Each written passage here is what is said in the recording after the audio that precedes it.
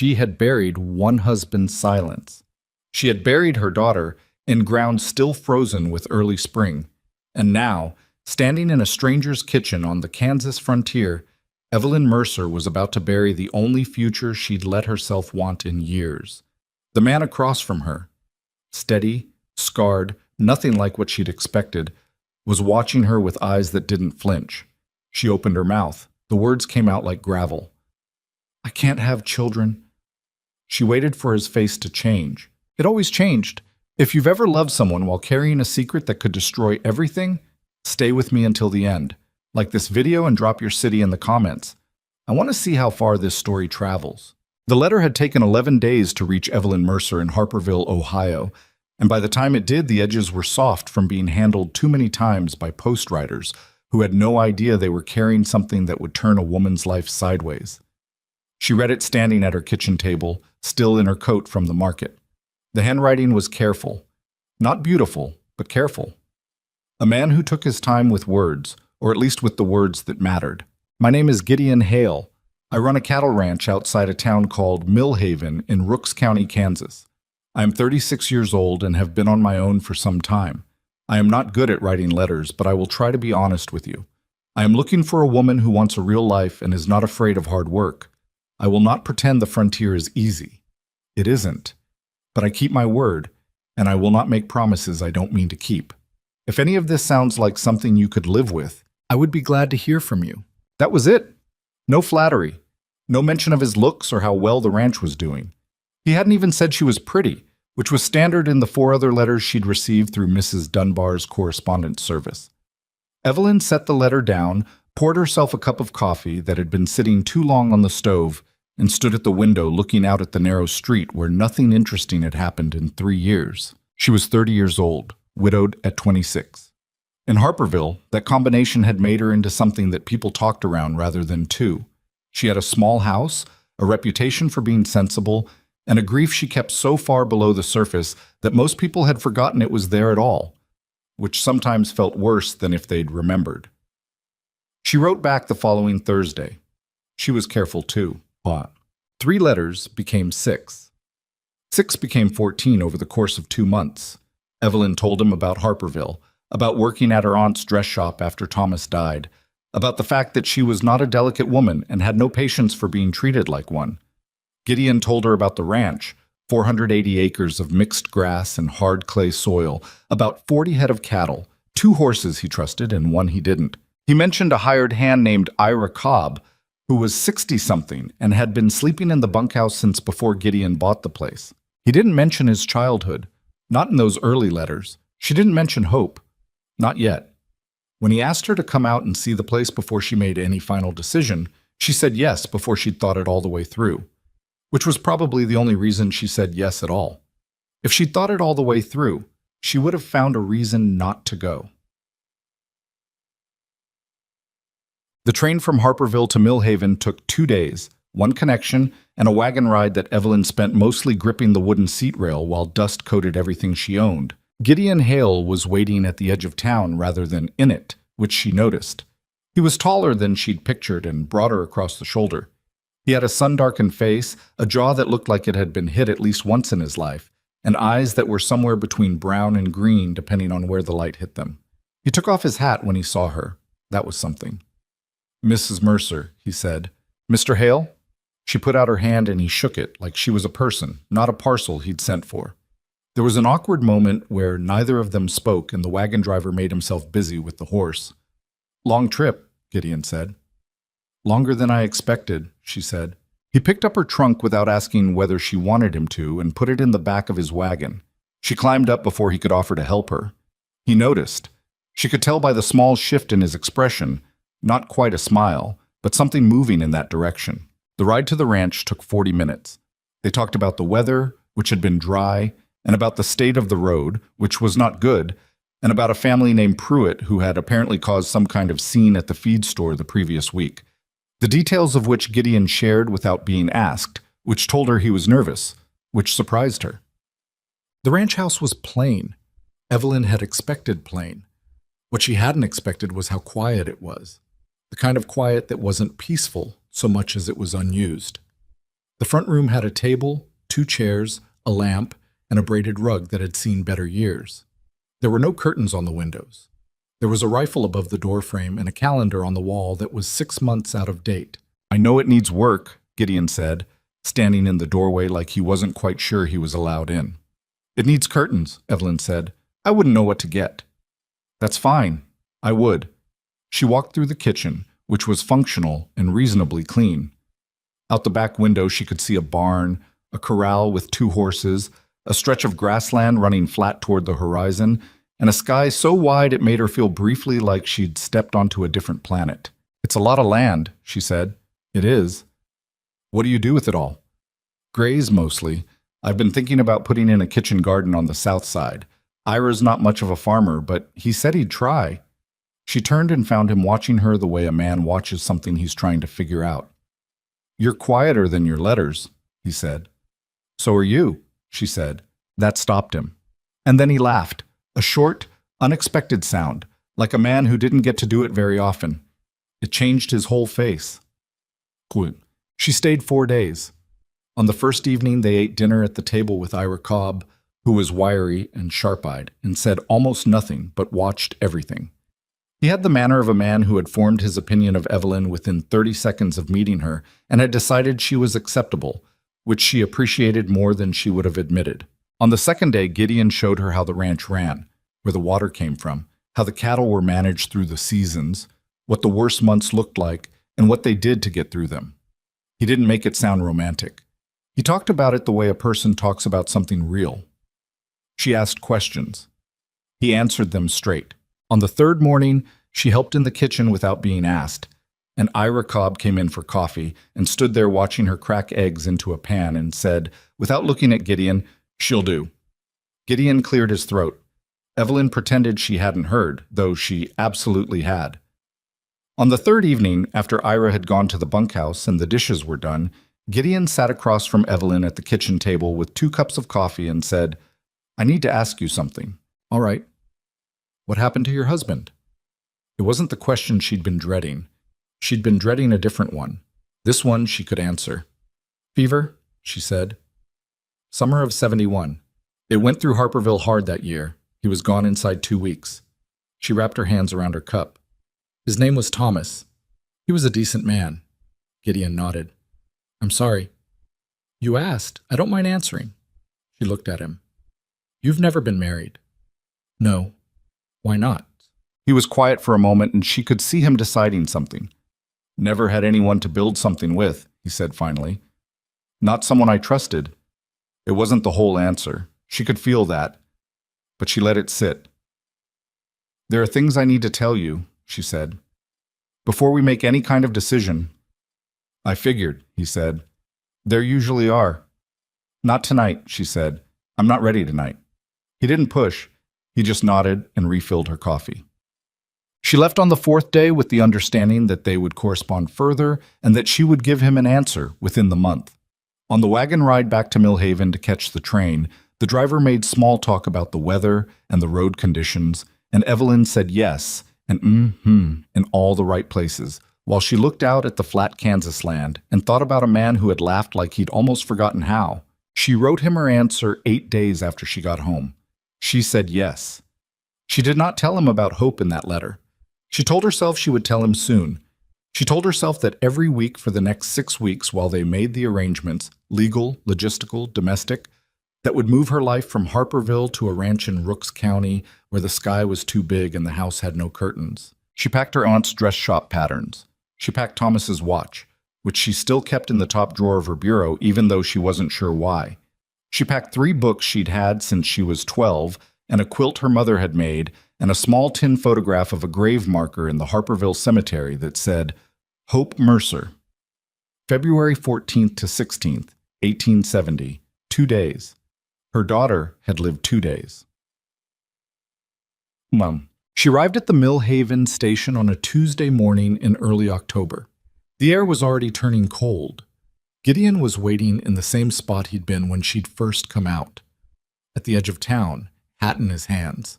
The wedding took place 3 days later, in front of a judge named Alderman and witnessed by Ira Cobb and a woman named Ruth Farley, who ran the dry goods store and had apparently appointed herself keeper of Millhaven's social record. She shook Evelyn's hand with the grip of someone who was simultaneously welcoming her and sizing her up. "You'll find it takes some getting used to," Ruth said, which could have meant the frontier or the town or the marriage or all three. "I expect so," Evelyn said. Yeah. The first weeks had their own difficult rhythm. Evelyn had been married before, but she had been young then, and Thomas had been young, and they had grown into the shape of a life together without really noticing. This was different. She and Gideon were two adults who had already become the people they were going to be. And now they were learning to exist in the same house without getting in each other's way. She was a morning person.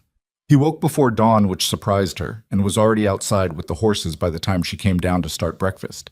He came in at 7:30, muddy and smelling of hay, and ate without talking much, which wasn't unfriendliness. She figured that out quickly enough. He was just someone who kept his words for when they counted. She rearranged the kitchen. He didn't say anything about it, but she caught him standing in front of the reorganized shelves one morning with the expression of a man trying to remember where he'd put something. "The flower's on the left now," she said. "I see that. Is that a problem?" He reached for the flower. "Nope." She put curtains on the windows, plain white ones, because she was practical. Ira Cobb stood in the front doorway looking at them when she was finished and said, "Makes a difference?" Which was, coming from Ira, roughly equivalent to a standing ovation. There were moments of unexpected ease. She had not counted on those. Gideon could fix anything, which she respected. A hinge on the kitchen door had been sticking for what looked like years. He repaired it one afternoon with tools he kept so organized in the barn workshop that she felt a small involuntary softening toward him that she'd been trying to keep at arm's length. He was not a complicated man. That was not the same as being a simple one. He asked her one evening what she'd done for Thomas, how she'd run their household, and she told him, and he listened, and then he said, "You can run this one the same way if you want. I don't need to be consulted about curtains." "I didn't ask you about the curtains." "I know. I'm saying you don't have to." He paused. "What I mean is, it's your house, too." She looked at him across the table. He was not a man who made speeches. She understood what it had cost him to say that, even if it had only been 2 sentences. "Thank you," she said. "Don't make a thing of it," he said, and went back to his coffee. What? The first time she almost told him was a Sunday afternoon in mid-October. They had been into town for supplies, and on the way back, they passed a wagon going the other direction with a whole family in it. A man and a woman and 3 children, the youngest asleep against its mother's shoulder. It was nothing. It happened every day on every road everywhere. But Evelyn's chest went tight in a way she recognized, and she looked straight ahead and kept her hands still in her lap. "You all right?" Gideon said. "Fine," she said. "Dust." He didn't push, but she caught him looking at her sideways once more before they pulled into the ranch yard, and she knew he hadn't believed her. That night she lay awake in the room that was now her room too. His room, their room, still foreign feeling in the dark. And she rehearsed the words she needed to say. She had been rehearsing them for months. They were always the same words, and she never said them. "I can't have children. I need you to know that before this goes any further." But it had already gone further. She was already here. The marriage was done. The window she'd had to say it before everything became complicated had closed weeks ago, and she had stood at that window and said nothing and let it close. The second time she almost told him was worse. It happened because of something he said, and the way he said it. He had been out riding the fence line and came in late for lunch. And while she was putting bread on the table, he said, without particular emphasis, like he was talking about the weather again, "Saw some of the McKenna kids out by the creek on my way back. 3 of them. Couldn't be more than 5 or 6 years old, out there on their own." He shook his head. "A place like this, a ranch, it's too quiet sometimes, too empty." He said it to no one in particular. He said it the way a man says a thing that's been sitting somewhere in the back of his mind and has just wandered out into the light. Evelyn went still with the bread in her hands. "Empty," she repeated. "Yeah." He sat down. "A place like this should have kids in it, running around, making noise. That's what ranches are for, I think, not just cattle." She set the bread down. She sat across from him. She looked at the face of a man who wanted children on his ranch. who had just said so without even realizing what he was saying, and she thought, there it is. There's the thing I already knew. She had known since the letter. She had known since she'd read the word family in the second paragraph of his third correspondence and felt her stomach drop. She had come out here anyway because she was lonely and stubborn and because something in the careful handwriting had gotten into her and wouldn't leave. But she had known. You want children, she said. He looked at her. Something in her tone had caught him. Doesn't everybody? She picked up her fork. I suppose. She ate the rest of the meal without saying anything else. And afterward she washed the dishes with her back to the room, and the water was too hot, but she didn't turn it down. Come. She went to see Ruth Farley the following week on the pretense of needing thread. Ruth's dry goods store smelled like cedar and coffee and something that had been stored in burlap for too long.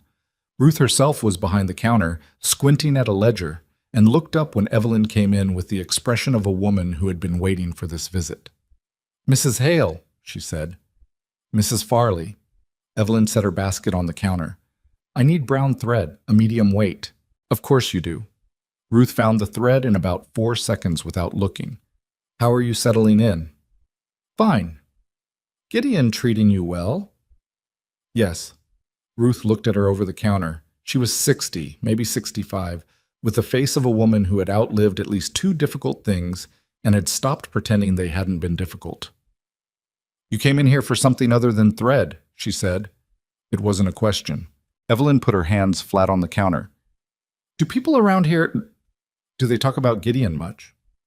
Some. Do they know where he came from? Ruth was quiet for a moment. She folded the thread into a small paper packet. He grew up in an orphan home, she said. East somewhere. He doesn't talk about it. But he told me once, years ago, when he first came here, he'd had a few drinks and he said, she stopped. He said he spent a long time waiting for someone to come for him, and no one did. Evelyn's hands went still on the counter. He said it like it was just a fact, Ruth continued. Not like he wanted pity, but it wasn't just a fact. You could hear it. She slid the thread across the counter. Why are you asking? I'm trying to understand him, Evelyn said. Then ask him, Ruth said. That's generally the way. But she didn't ask him. Not yet. Because asking him would have opened the door to being asked in return, and she was not ready for the answer she would have to give. Instead, she watched him. She watched the way he went quiet sometimes in the evenings and looked out at the land with an expression she couldn't read yet. She watched the way he was with Ira. Not warm exactly, but steady, like a man who knew how to stay. She watched the way he kept his word about small things. If he said he'd be back by noon, he was back by noon. If he said he'd fix the water pump before Sunday, it was fixed by Saturday afternoon. He was not the easiest man to live with. He took up space in a room, not because he was loud, but because he was present, attentive in a way that made her feel noticed when she didn't want to be noticed. He had strong opinions about how cattle should be handled that he had no interest in softening for the sake of politeness. He got a headache if he stayed indoors too long and was useless at hiding his irritation about it. But he was also the man who, without a word, moved the heavy water barrel to the kitchen porch after the 3rd time she struggled to carry it from the pump. He was the man who stayed up with a sick horse through most of a November night and came in looking exhausted and quietly wrecked and said only, "She'll be all right," before going to wash up. He was the man who asked her once what her first husband had been like, really like, and then sat and actually listened while she talked about Thomas for 20 minutes, not flinching when she cried a little at the end. He was a good man, she said. Not perfect. Good. That's plenty, Gideon said. She was falling in love with him. She knew it and she hated it and she couldn't stop it because what she was falling in love with was exactly the thing that made what she was hiding so much worse. November came cold and fast. There was a week of hard frost that kept them mostly inside, and they spent evenings at the kitchen table, Gideon working through ranch ledgers with a pencil stub and Evelyn mending or reading, the stove throwing orange heat into the corners of the room. Ira took his meals with them on the worst nights and told stories that were mostly true, as far as either of them could tell, about cattle drives in his younger years that had gone wrong in every conceivable way. The cattle, Ira said one night, gesturing with his fork, went into the river, all 40 of them, just gone. like they decided together. What did you do? Evelyn asked. Stood there, Ira said, then cried a little, then got back on the horse. Good advice for most things, Gideon said. Ira looked at him. It is. On one of those evenings, after Ira had gone out, and the fire had burned down, and they were both tired, and the room had that particular quality of quiet that came at the end of long, cold days, Gideon said, without looking up from his ledger. Tell me about Ohio. What about it? What you're leaving behind? What you miss? She thought about it honestly. My aunt's store, she said. The way the light was in the mornings there, different from here. A few friends. She paused. The cemetery. He looked up. My daughter is buried there, she said. Her name was Hope. She had not meant to say that. She had not planned it for that evening, in that firelight, with his pencil still in his hand. But the word had come out. Cemetery. And then the sentence had followed the way sentences do when you've held them back too long. He put the pencil down. How old was she? She lived 2 days. Evelyn kept her voice even. She had gotten good at keeping her voice even. February of 1870. There were complications. She was very small. Gideon was quiet. He didn't reach for something to say immediately, which she appreciated. I'm sorry, he said finally. I'm sorry, Evelyn. It was the first time he'd used her name like that. Not a form of address, something else. She felt it land somewhere it shouldn't have. She would have been 4, Evelyn said. In February, she would have been 4. The fire popped. The wind moved against the side of the house. Thank you for telling me, he said. I should have told you before. She looked at the table. There's more I should have told you. You can tell me when you're ready. She wanted to tell him right then.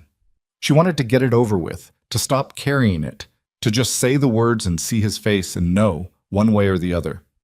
But she couldn't. Not yet.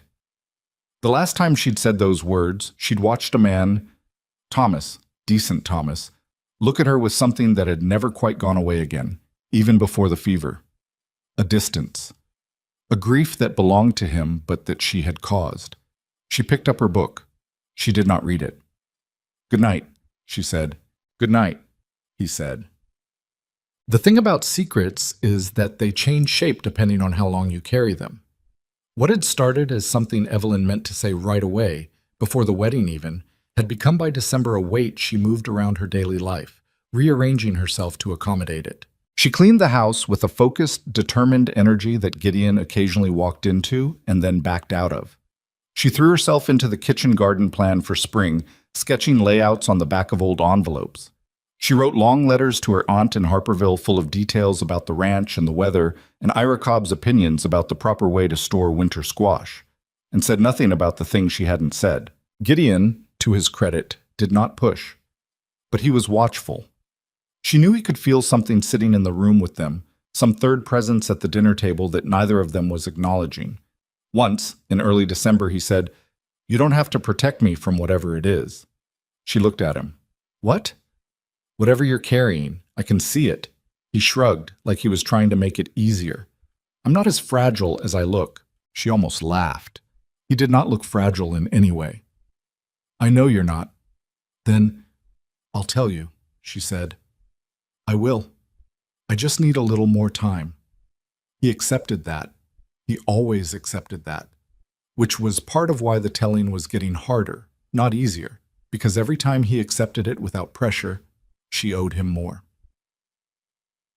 Quote, Christmas came and went quietly. No family visited. Neither of them had family close enough to visit. Ruth Farley had people over on the 23rd and invited Evelyn and Gideon, and they went. And there were 4 other couples and a lot of food and a fiddler who knew only 6 songs but played them with enthusiasm. Gideon danced with her. He was not a graceful dancer. He moved like a man who understood the mechanics of it but had not done it often, and she wasn't much better. They mostly managed not to step on each other, which they both considered a success. Walking back to the wagon in the cold afterward, he took her hand, not dramatically. He just took it, like it was something he'd decided to do. She let him keep it for the whole walk. It was a Tuesday evening in January when she finally said the words, She had not planned it for that Tuesday. She had not planned it for any specific day. But they had been in the kitchen after supper and Gideon had said something. She couldn't even remember afterward what exactly he'd said. Something about the spring and the coming year and what he hoped the ranch would look like. And it had been the tone of it, the particular openness of it, the way he'd talked about the future like it was a place they were both going to. And she had sat down at the kitchen table and put her hands flat on the surface and said, "I need to tell you something." He put down the mug he was holding. "What I was going to say before," she said, "what I should have said months ago." He sat down across from her. He didn't say anything. He waited. The lantern between them threw a warm circle of light onto the table. Outside the window, the January dark was complete. "After Hope died," she said, "the doctor told me there had been damage, that I would not be able—" She stopped, steadied herself. "I can't have children, Gideon. I know that's why men look for a wife. I know what a ranch needs. I should have told you before you made any decisions, and I didn't, and I'm—" Her voice broke. She pressed her lips together. "I'm sorry," she said. "I know this changes things." She looked up at him. His face was completely still. Not cold, still. He was looking at her with an expression she had never seen on him and could not read, and she felt the familiar drop in her stomach, the brace against what was coming. She had done this before. She knew how it went from here. She waited for the distance to come into his eyes. He reached across the table. He put both hands over hers, her cold, trembling hands flat on the kitchen table, and he held them without saying anything for a moment. Then he looked at her and said quietly, like it was the most obvious thing in the world, "Then we'll bring them home." Evelyn stared at him. "What?" "Children," he said. "There are children everywhere who need someone. Orphan homes." Something moved through his face. "I grew up in one. I know what it's like to be in there watching families come and go and wondering why no one picks you." He held her hands a little tighter. "I never wanted to build this place for children who had somewhere else to go. I wanted to build it for the ones who didn't." She couldn't speak. She was looking at the face of a man saying something he had never said to another person. She could feel that, the way it cost him to open it up, the rawness of it. "You were afraid," he said. "Yes," she managed. "Of me. Of this. Yes. Of you." He nodded slowly. He didn't let go of her hands. The lantern burned between them, and outside the January wind pushed against the house, and somewhere out in the dark the horses moved in the barn. And Evelyn Mercer, who had spent 4 years carrying the hardest sentence of her life, sat in a kitchen in Kansas with her hands in a man's hands, and felt something she had locked away so long ago she'd nearly forgotten where she'd put it. It moved in her chest like something beginning to thaw. She didn't cry. She was too surprised to cry. "You're not angry," she said. "No." "You're not—" She searched his face. "Thomas? My husband?" He tried. He tried not to let it matter. But it did. I could see it. "I'm not Thomas," Gideon said. "I know. I mean that. I'm not comparing. I'm just saying, I'm not Thomas." He released her hands but didn't pull back. He sat back in his chair. "I spent a long time in a room full of kids waiting for someone to come for them. Some of them were there when I left. They probably aged out and walked away and made whatever life they could." His jaw tightened briefly. "I always thought if I ever had a place, a real place, that I would go back. Find some of them. Give them what nobody gave me." The silence stretched between them, but it was a different kind of silence than before. "You never told me that," she said. "You never told me about hope," he said. They sat with that for a moment. "Fair," she said. She went to bed that night later than usual. She lay in the dark listening to the January wind and to Gideon's even breathing across the room, and she thought about the word home, what it meant, what it had ever meant to her, and how she had spent a very long time trying to build a version of it that she was no longer sure was the right shape. She thought about hope. 2 days. 2 February days in a Harperville bedroom while snow fell outside the window and Thomas held her hand, and the doctor said the words she still couldn't say out loud without her voice breaking. She thought about a boy in an orphan home somewhere east of here, watching families come and go from a window. She thought about Gideon's hands on hers, and the words he'd said as easily as someone stating a plan for the spring planting. Then we'll bring them home. She had come to Kansas expecting to be rejected. She had come braced for it, already half resigned, because that was what she did now. She managed her own expectations. She protected herself. She kept herself just far enough back from things that when they fell apart, she wouldn't fall apart with them. She was not sure what to do with a man who had not rejected her. She was not sure what to do with a future that looked, for the first time in 4 years, like it had room in it. She was not sure. But she was, for the first time in a very long time, not afraid of being unsure. Outside, the wind pushed at the house. The house held. The morning after felt different in a way that Evelyn couldn't quite name. Nothing had changed in the visible sense. The kitchen still needed sweeping. The horses still needed feeding. Ira Cobb still came in at 7:30 looking like a man who had argued with the cold and lost. But there was something altered in the quality of the silence between her and Gideon, the way two people feel different in a room after they've said true things to each other. He didn't make a speech over breakfast. He didn't bring it up at all, actually, which she appreciated more than she would have expected. He ate, asked Ira about the water trough on the north fence, looked at Evelyn once over his coffee cup in a way that wasn't a question but wasn't nothing either, and went out to work. She stood at the kitchen window and watched him cross the yard. She had been waiting for the other shoe to drop since the night before. That was what experience had taught her.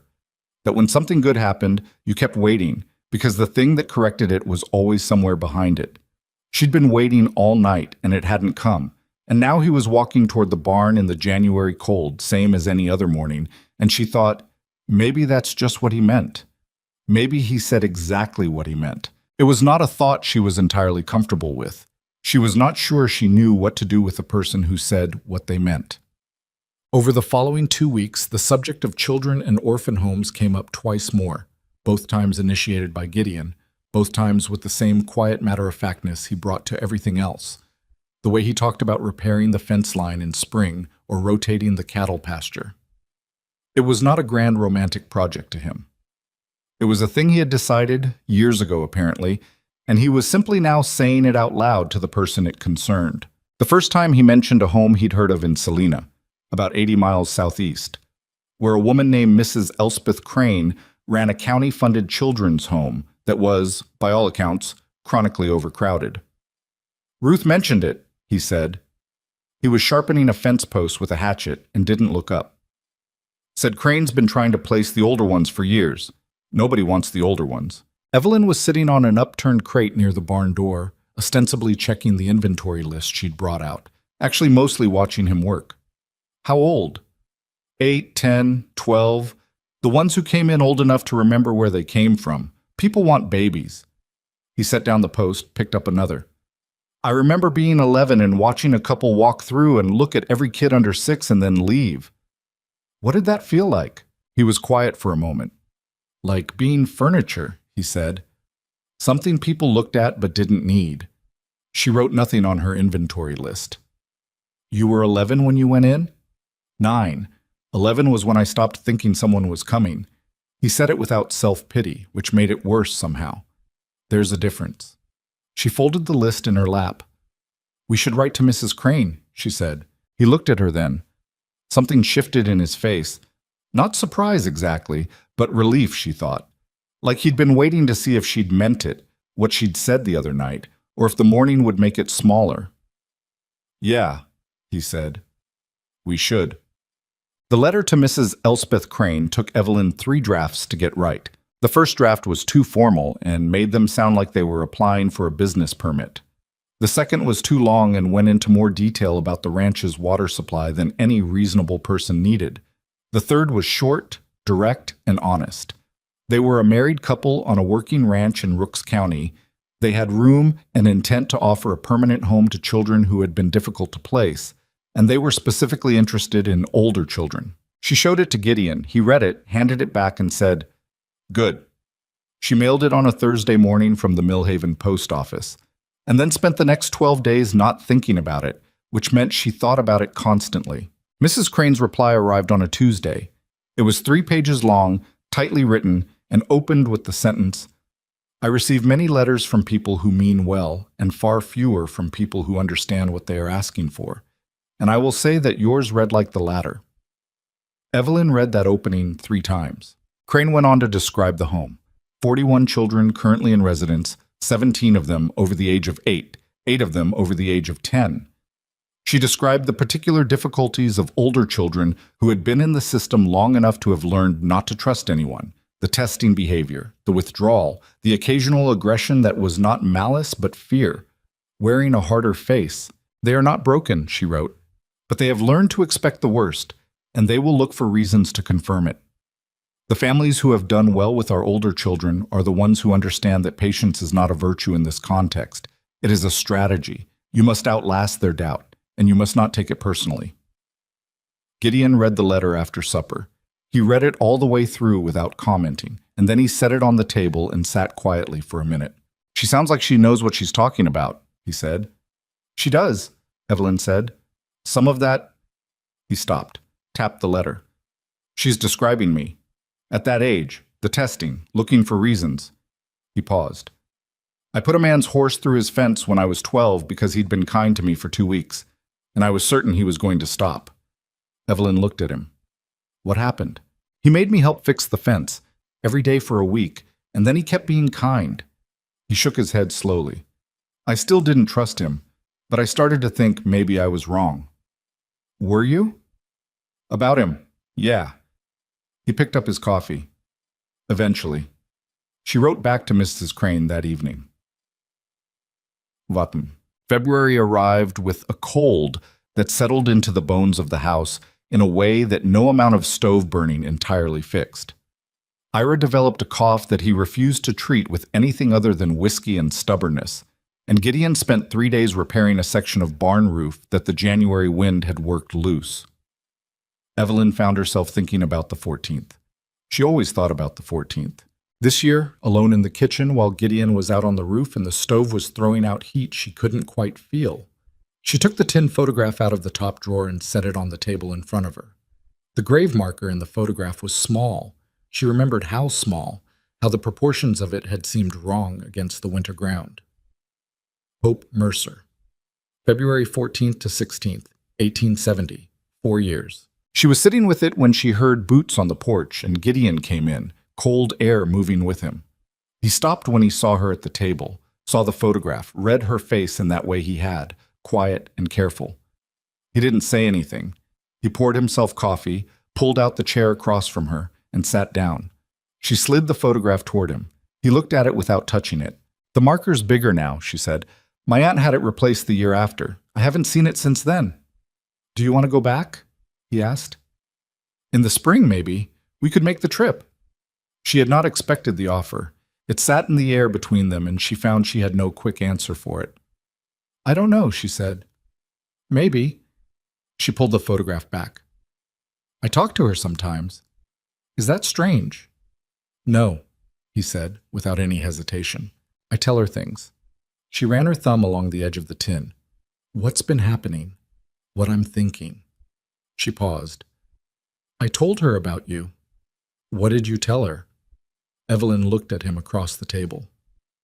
That I wasn't sure what to make of you, she said, but that I thought she'd have liked the horses. He smiled. It was a real one, the kind that got into his eyes. I hope she would have.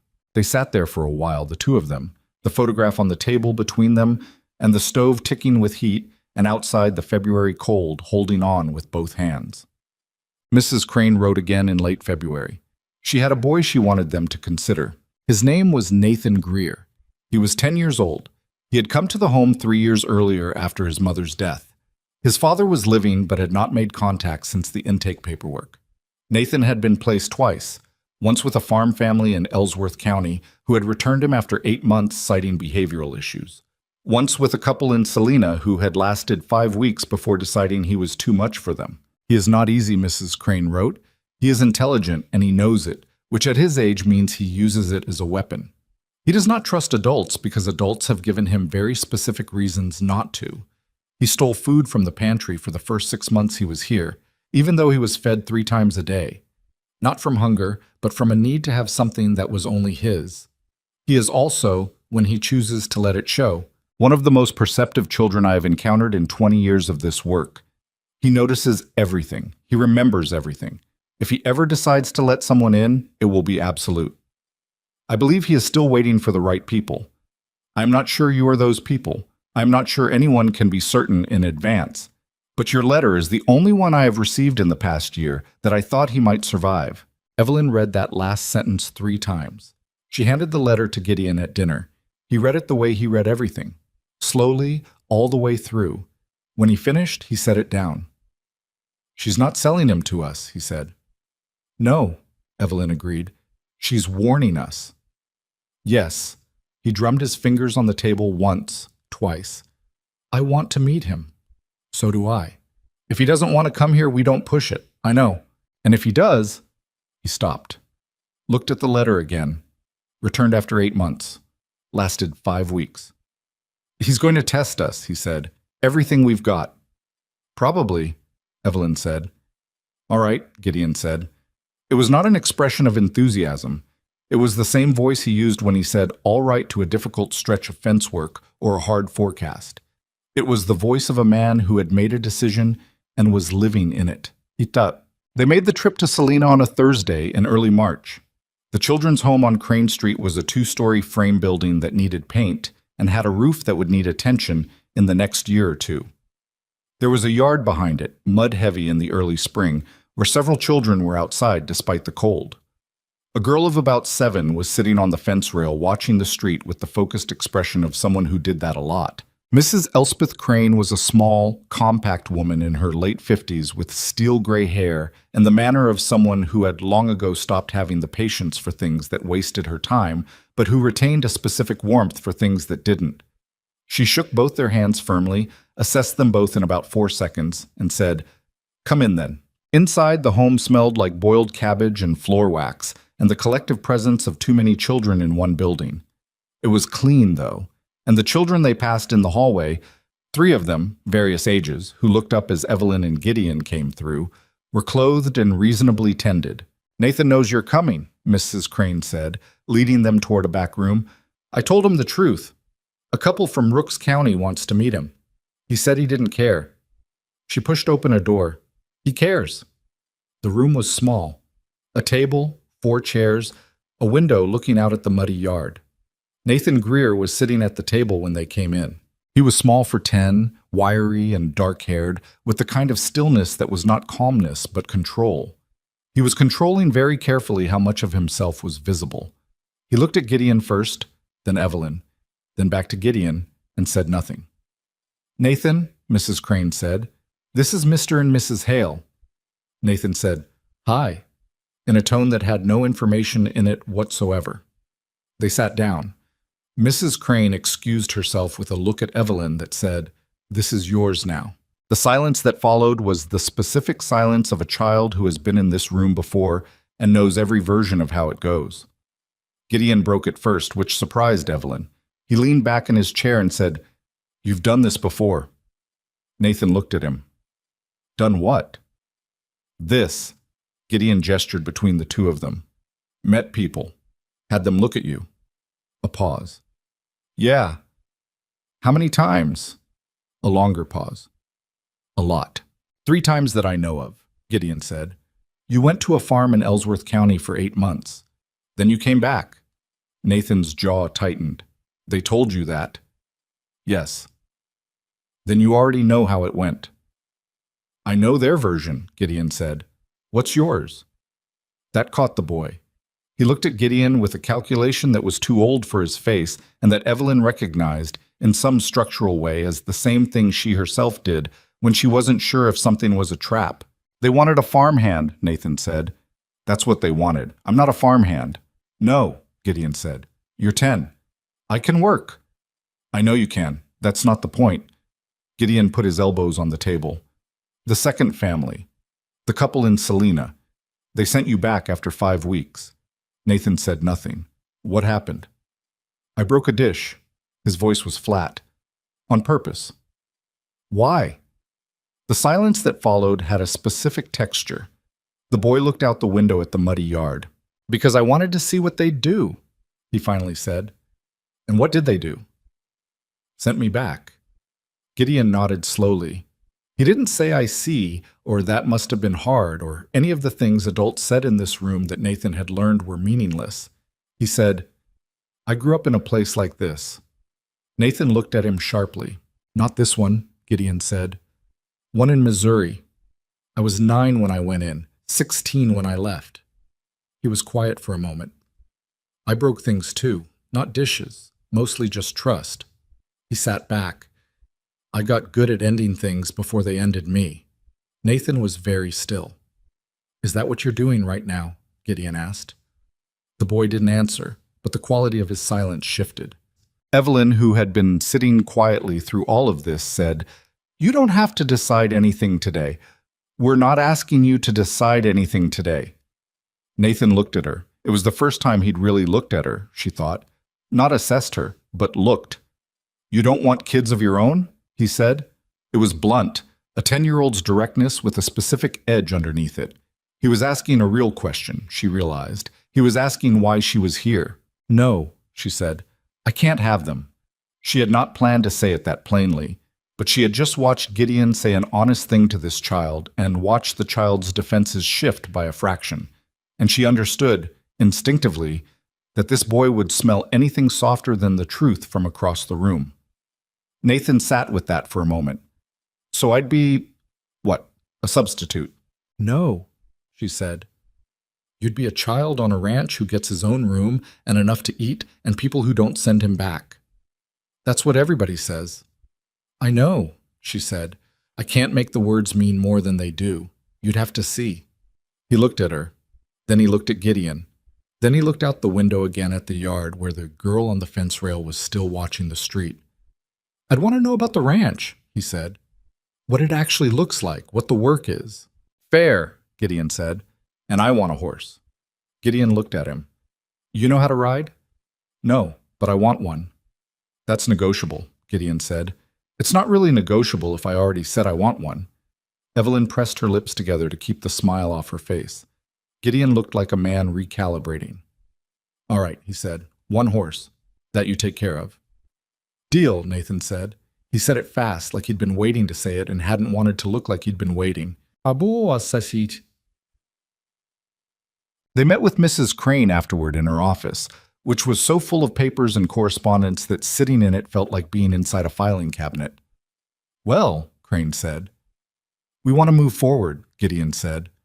"He asked for a horse," Evelyn said. Something softened slightly in Crane's face. "He's never asked for anything before. In 3 years here, that boy has never once asked for something he wanted." She straightened a stack of papers that didn't need straightening. "He knew what he was doing, testing to see if you'd say no." "We said yes," Gideon said. "I know." She looked at him steadily. "Mr. Hale, I want to be direct with you. Nathan will not be easy. He will steal from you. Not because he needs to, but because having something of his own is the only way he knows how to feel safe. He will pick fights. He will say things designed to make you give up on him. He will wait for you to confirm everything he already believes about people, and he is very patient." Gideon looked back at her with equal steadiness. "So am I," he said. Crane held his gaze for a moment. Then she picked up her pen. "The paperwork will take 4 to 6 weeks. I'll have you both down for a home visit in the interim. Standard procedure." She looked up. "He'll act like he doesn't care. He cares very much." "We know," Evelyn said. The drive back to Millhaven took most of the day. They stopped at a roadside stop to water the horses and eat the lunch Evelyn had packed, and they sat in the wagon with the early March sun doing its best against the cold, eating bread and cold chicken and not talking for a while. "You knew," Evelyn said eventually. "Knew what?" "That telling him where you came from would change something." Gideon was quiet. "I wasn't sure." But he was sitting there with his hands under the table trying to look like nothing mattered. I recognized it. He looked out at the road. "I used to do it so much I forgot what my own hands looked like on top of a table." She sat with that. "He asked if you'd be a substitute," she said. "You heard that." "I did." "Does that worry you?" He thought about it honestly, which was what he always did. "No," he said. He was asking if we'd treat him like a solution to a problem we had, like he was filling something in for us, He shook his head. That's a fair thing to ask. And we're not, she said. No, he said. We're not. She passed him the last of the bread. He took it. They finished eating in a silence that was not uncomfortable, and then he clicked the horses back to the road, and they drove the rest of the way home with the early spring light going flat and golden across the Kansas grass. She thought about a 10-year-old boy sitting at a table with his hands under it, waiting to be confirmed in everything he feared. She thought about Gideon at 11, watching families walk through and leave. She thought about herself at 30, standing in a kitchen with words she couldn't say. There were, she was beginning to understand, many ways to be a person waiting to be chosen, many ways to keep your hands out of sight. She thought, we are going to make mistakes with this boy. She thought, there is no way we don't. She thought, he needs people who make mistakes and stay anyway, and that might be the only thing we're actually qualified to offer. The ranch came into view as the light went orange. The barn and the house and the flat stretch of land she was starting to be able to read the way you read a face you're learning. Gideon pulled the wagon into the yard and set the brake, and they climbed down, and Ira came out of the barn with a look that asked, how'd it go? Good, Gideon said. Ira looked at Evelyn. Good, she confirmed. Ira grunted, which from Ira was practically a celebration, and went back inside. Evelyn stood in the yard for a moment before going in, looking at the house. At the curtained windows, the lamp already glowing in the kitchen, the solid, ordinary realness of it. She thought about the room at the end of the hall that they'd been using for storage. She thought about what it would look like cleared out. She thought about a boy who had never asked for anything asking for a horse, fast, before he could stop himself. She went inside and started on supper. The spare room at the end of the hall had been used for storing things nobody wanted to deal with. 2 broken chairs, a crate of tools that belonged in the barn, a trunk of old ranch records going back to the previous owner, and a considerable amount of miscellaneous rope. Evelyn started clearing it out the week after they got back from Salina, before the paperwork was even filed, before anything was certain. Gideon carried the trunk to the barn without being asked. Ira disposed of the rope through means he didn't explain. The broken chairs were beyond saving. What remained was a small room with a south-facing window that got good afternoon light, a plank floor that needed sanding in one corner, and walls that had been whitewashed sometime in the previous decade. It was not large. It was not fancy, but it was a room that could belong to a person. She didn't furnish it immediately. She wanted Nathan to have some say in it, what it looked like, where things went. That had been Gideon's idea, actually, stated plainly one evening. Let him put his mark on it, even if it's just where the bed faces. Evelyn had looked at him. You thought about this.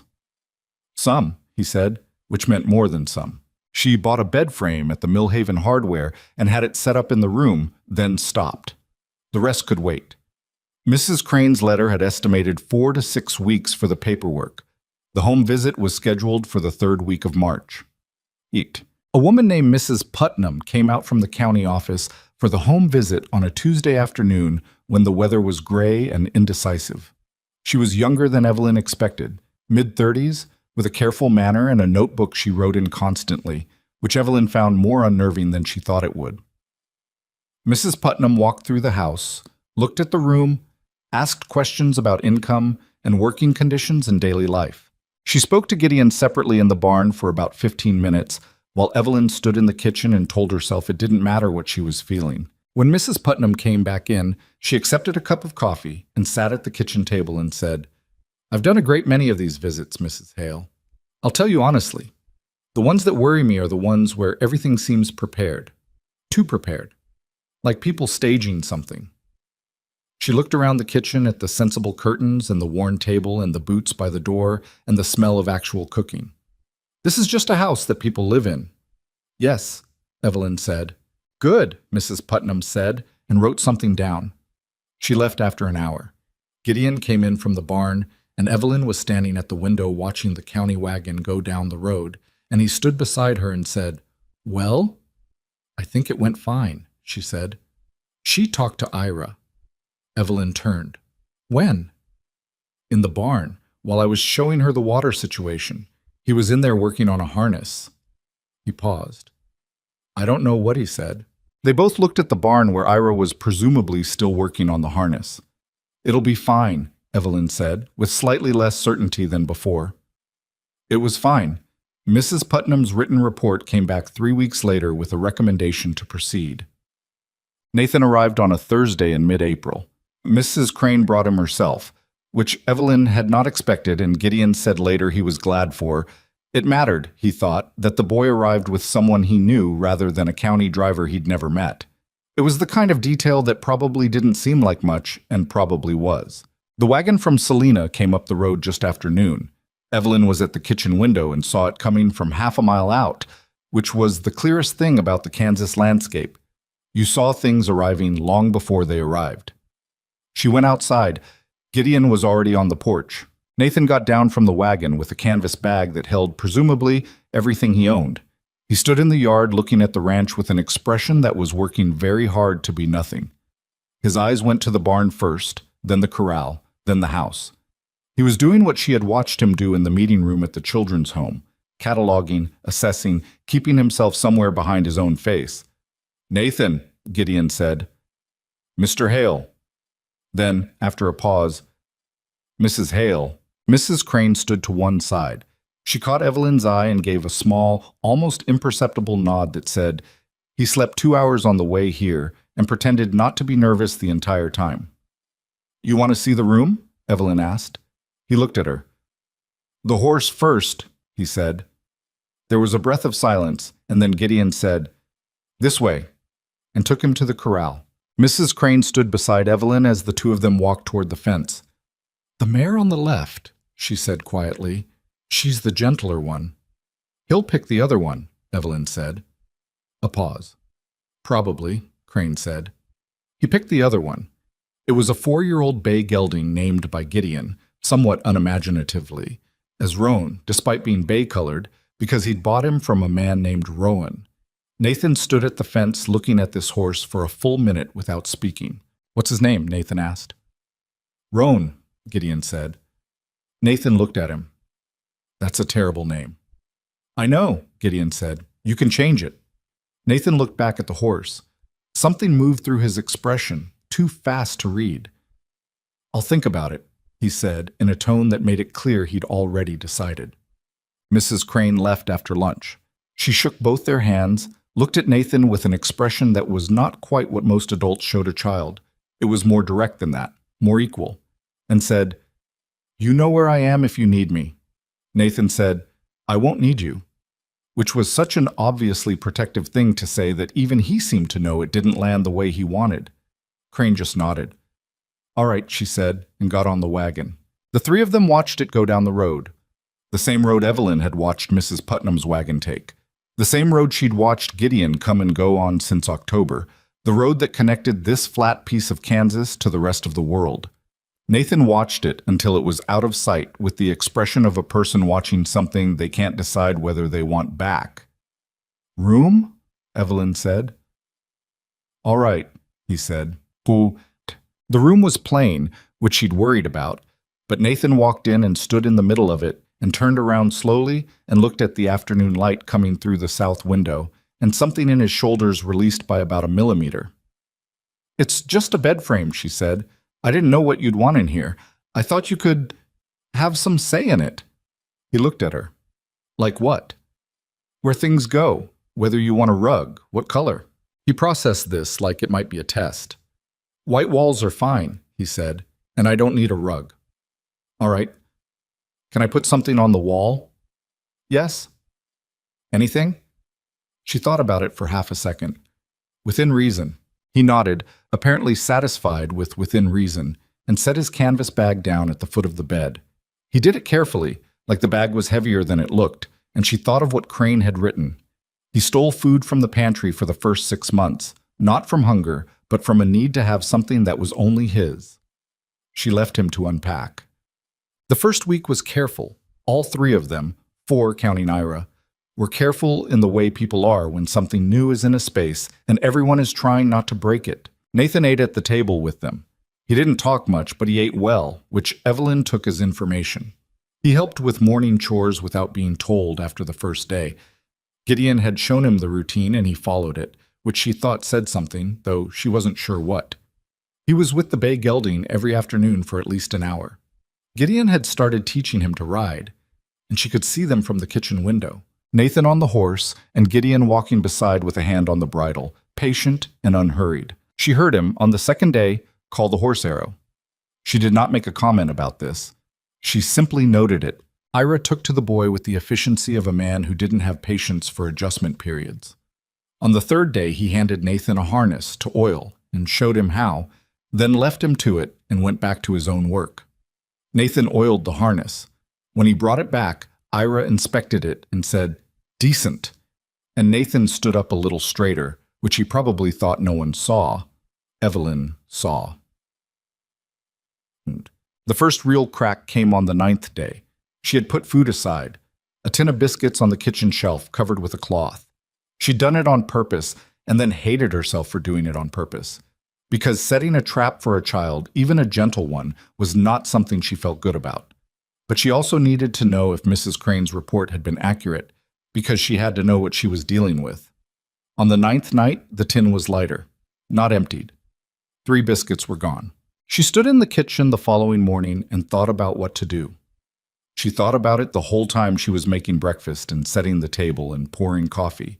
She thought about Crane's letter, not from hunger, but from a need to have something that was only his. When Nathan came in for breakfast, she put his plate in front of him and then sat down and said, "There are biscuits in the tin if you want some." He looked up. His face did the thing, the careful flattening. "I saw some were taken," she said, keeping her voice even. "That's fine. I just want you to know you can have them. You don't have to take them when no one's looking." The silence that followed had the quality of a held breath. "I wasn't hungry," he said, which was not the same as denying it. "I know," she said. "That's okay." He looked at his plate. He picked up his fork. He put it down again. "Mrs. Hale," he said. "Evelyn," she said. She'd told him twice. She'd keep telling him until it took. "Evelyn." He said it like he was trying the weight of it. "The family in Ellsworth. They told Mrs. Crane I stole from them." "I know." "I did," he said. "I took money from a jar they kept by the door." She looked at him steadily. "Why are you telling me?" "Because you're going to find out anyway, and I'd rather—" He stopped. He was 10 years old, and he was sitting at a table doing something that adults twice his age found nearly impossible, telling the truth before he was caught, just to have control over how it landed. "I'd rather say it than have you say it." She thought about that. "Did you take anything from here, other than the biscuits?" "No." "I believe you," she said. He looked at her with an expression she couldn't name exactly with certain. It was too complicated for one word. It was the face of a child trying to decide if believing was something a person was allowed to do when they'd been wrong about it before. "The biscuits," she said. "Keep a few in your room if you want. Put them wherever you want. They're yours." He looked at her for a long moment. Then he picked up his fork again. They finished breakfast without any more conversation, and when he got up to take his plate to the sink, he stopped in front of the biscuit tin and lifted the cloth and took 2 and put them in his shirt pocket and walked out, all with the deliberate air of a person making a point they weren't sure how to make.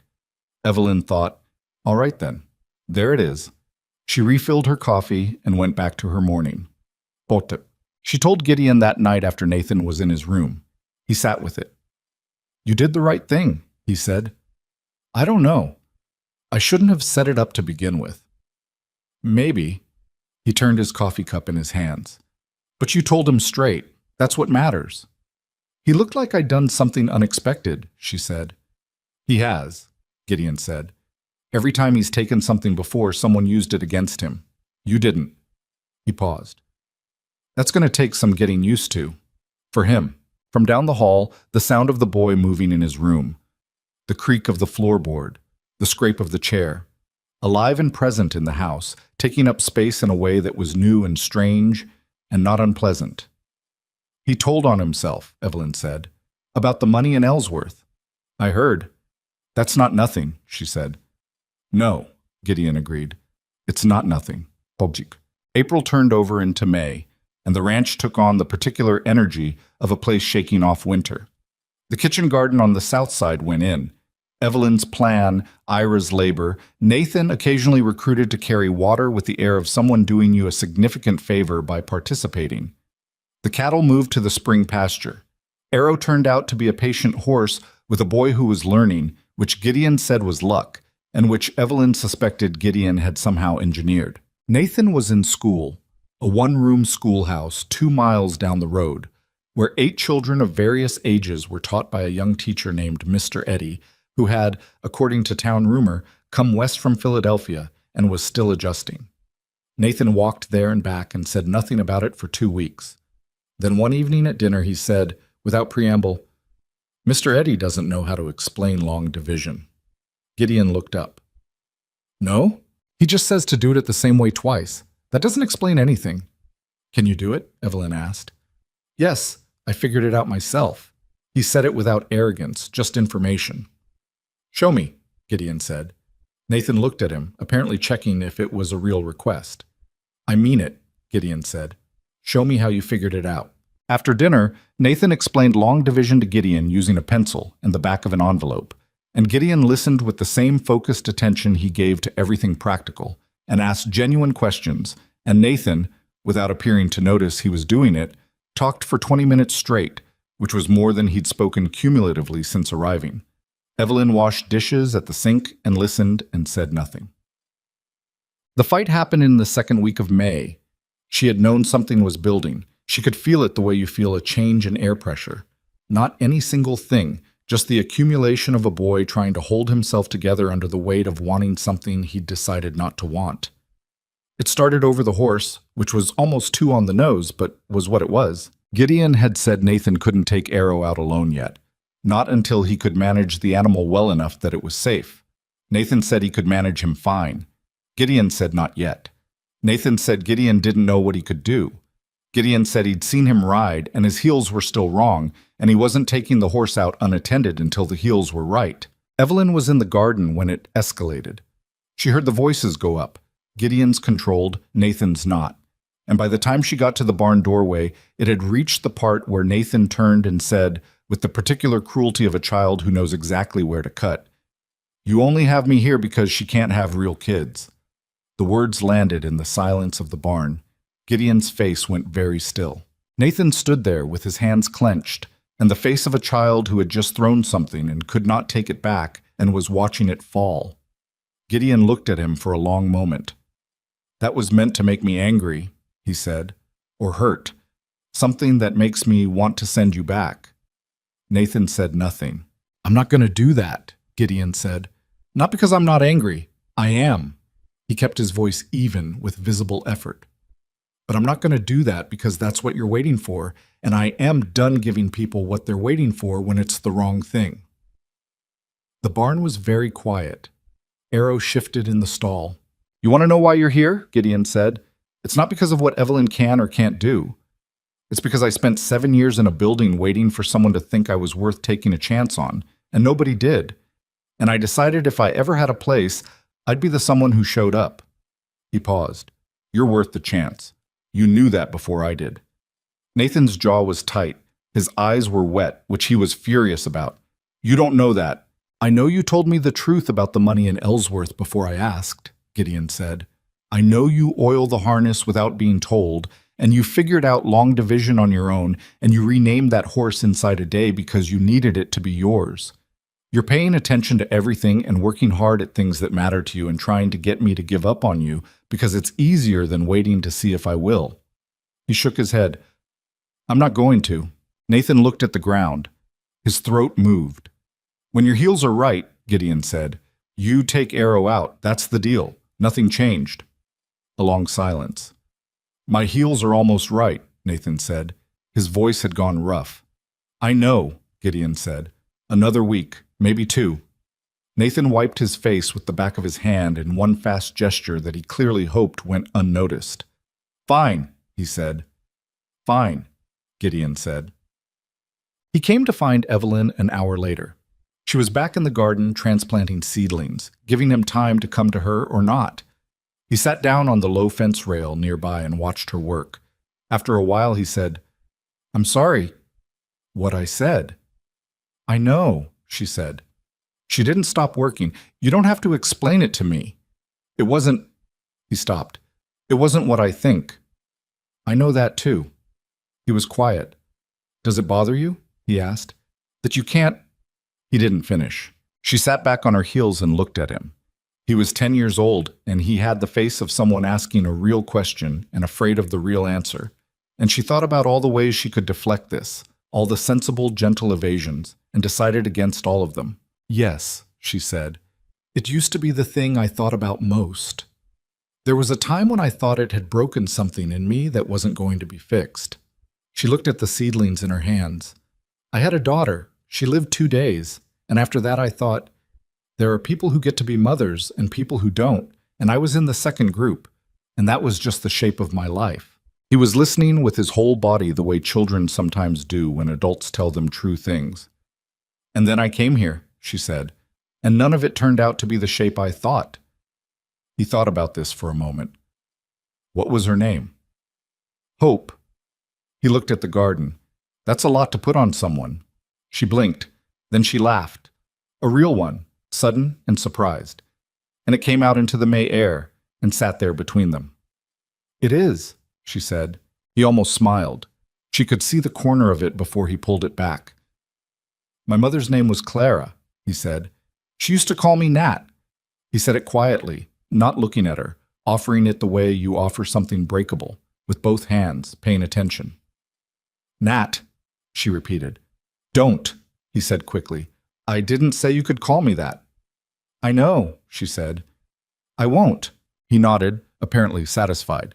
He stayed on the fence rail for another 10 minutes while she worked, not talking, just present, which was its own kind of thing. When he left to go wash up for dinner, she watched him cross the yard toward the house.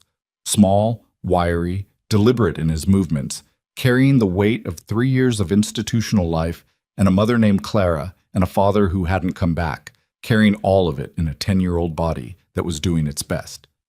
And she thought, this is what it is. Not the shape I thought, but this is it. Ruth Farley came out to the ranch on a Saturday afternoon in late May, ostensibly to return a pie dish she'd borrowed from Evelyn in April. She sat at the kitchen table and drank coffee and made careful small talk, and Evelyn could see her watching the yard through the window where Nathan was with Arrow at the fence. "He's the boy from Salina," Ruth said. "Yes." "How's it going?" Evelyn considered the honest answer. "Hard," she said. "Good. Both." Ruth nodded. She held her coffee cup. "People have been talking," she said, which was Ruth's way of being careful. "About what?" "About whether it's—" She paused. "Some folks think it's unusual, taking in an older child, especially one who's been sent back before." Evelyn looked at her steadily. "What do they think we should do instead?" Ruth met her eyes. "I'm not saying I agree with them. I'm telling you what's being said." "I know." Evelyn wrapped her hands around her own cup. "Let them say it." Through the window, Nathan was attempting to mount Arrow from the left, getting the angle wrong, sliding back down, trying again with the particular stubbornness of someone who would do this until it worked regardless of how long it took. Ruth watched him for a moment. "He looks like a kid who's made up his mind about something," she said. "He has," Evelyn said. "About the horse or about you?" Evelyn thought about it. "Both, I think," she said. "He's working on them at the same time." Ruth was quiet for a moment. Then she said, "You're doing something hard, Evelyn. I want you to know I see that." Evelyn looked at the window. Nathan had gotten himself up on the horse, not gracefully, but up. "It is hard," she said, "but it's also—" She didn't quite have the word for it. "It's also the most real thing I've done in a long time." Nathan sat on Arrow in the afternoon sun, back straight, heels still not quite right, working on it with everything he had. Evelyn watched him and felt something she had not felt in years. Not happiness exactly, not yet, but the shape of it, the edge of it, close enough to reach. Nathan's heels were right by the first week of June. Gideon watched him ride Arrow out alone that first morning, down the fence line toward the east pasture, the boy sitting straight in the saddle, the horse moving steady beneath him, and said nothing, just stood at the corral rail with his coffee going cold in his hand. Evelyn stood beside him. Neither of them spoke until Nathan was a small shape against the flat horizon. "He's going to be fine," Gideon said. "I know," Evelyn said. What neither of them said was that watching him go out alone, trusted, with the whole of the Kansas morning in front of him, was one of the better things they'd seen in a while. You didn't say things like that out loud. You just stood there and let them be true.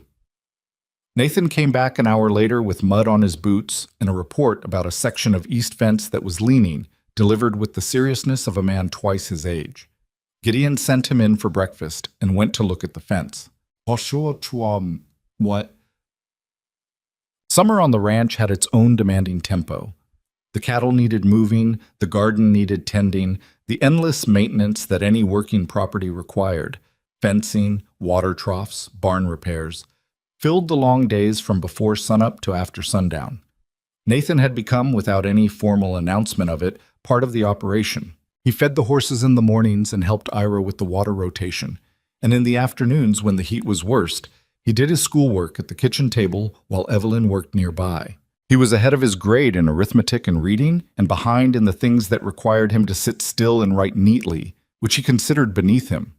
Evelyn taught him to write in a way that was legible without being prissy, which was how she put it, and he accepted this framing. She had started calling him Nathan.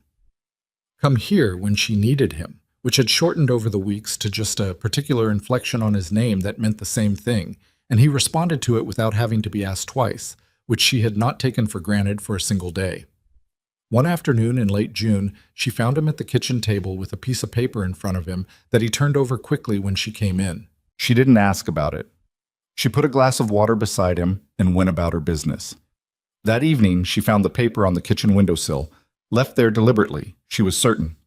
She picked it up. It was a drawing, rough, the way a 10-year-old draws, but with a particular earnestness to it.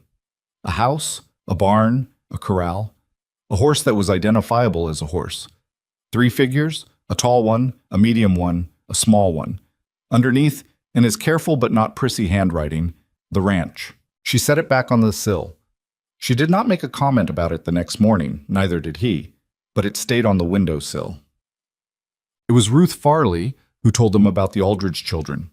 She came out on a Wednesday in early July, not with a returned pie dish this time, but with clear intent, sitting down at the kitchen table with her hands flat in front of her and the look of a woman who had thought through how to say something.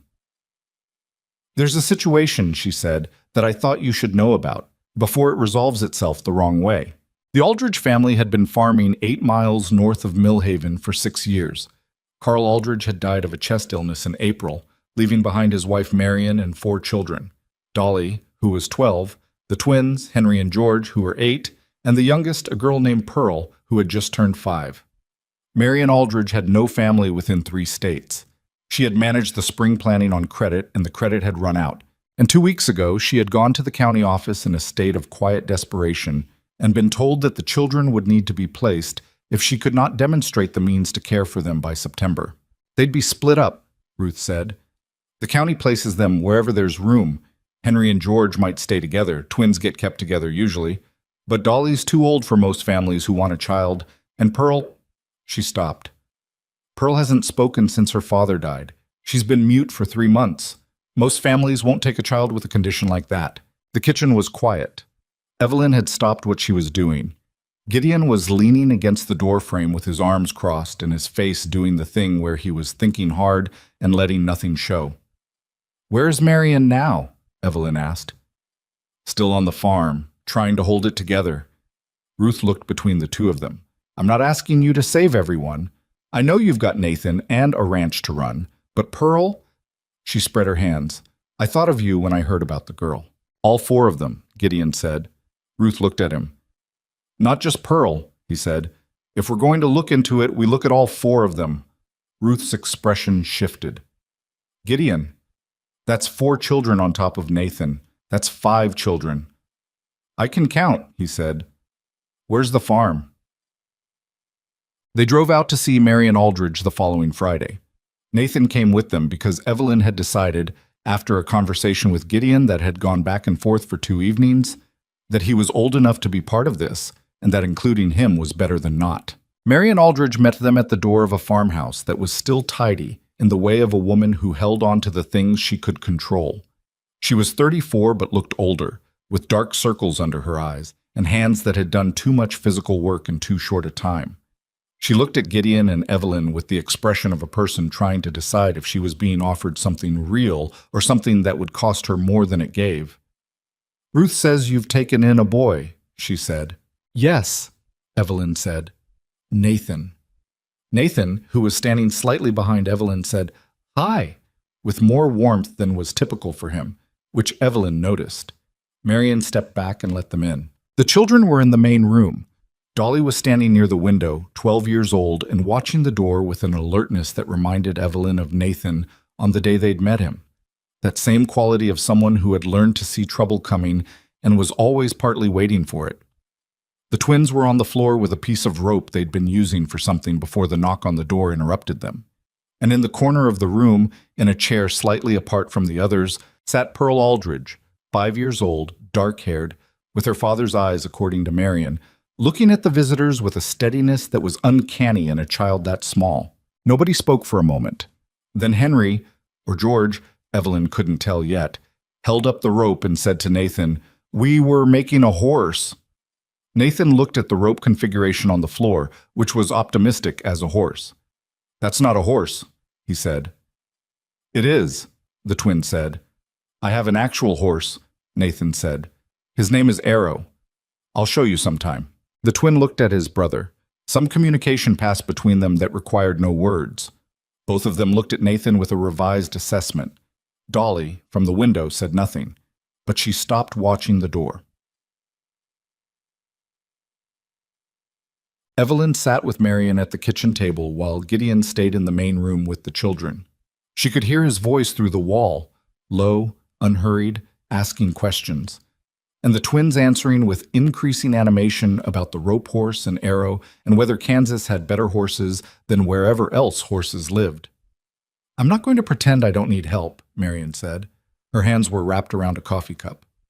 "I've been pretending for 3 months and I'm too tired." "You don't have to pretend to us," Evelyn said. Marion looked at her. "What exactly are you offering?" Evelyn had thought carefully about how to say this. "We're not offering to replace you," she said. "You're their mother. That doesn't change." She paused. "But we have room, and we have a working ranch, and we have—" She thought of how to say it honestly. "We have decided that we want children who need a place. All 4 of yours qualify." Marion's jaw tightened. "Pearl hasn't spoken in 3 months. Dolly is—" She stopped. "Dolly took over running this house when Carl died. She's been acting like a grown woman for 3 months, and she's 12 years old, and I don't know how to tell her she doesn't have to anymore." "She doesn't have to," Evelyn said. "Not with us." "The twins break things," Marion said. "Not on purpose, usually. Sometimes on purpose. We know a boy who took food he didn't need and said cruel things to get people to give up on him," Evelyn said. "We're not easily scared off." Marion looked at her for a long moment. "Why are you doing this?" It was the same question Nathan had asked, in different words, on the day they'd met. Evelyn thought of the answer she'd given then and gave a version of it now. "Because the people who needed someone to show up did show up for us. And this is what showing up looks like." Marion pressed her lips together. Her eyes were wet, which she was clearly fighting. "I'm not losing them," she said. "I need to know I'm not losing them." "You're not losing them," Evelyn said. "You're getting help." Sam. The arrangement they worked out over the following 2 weeks was not simple and was not without friction. Marion would remain on the Aldridge farm.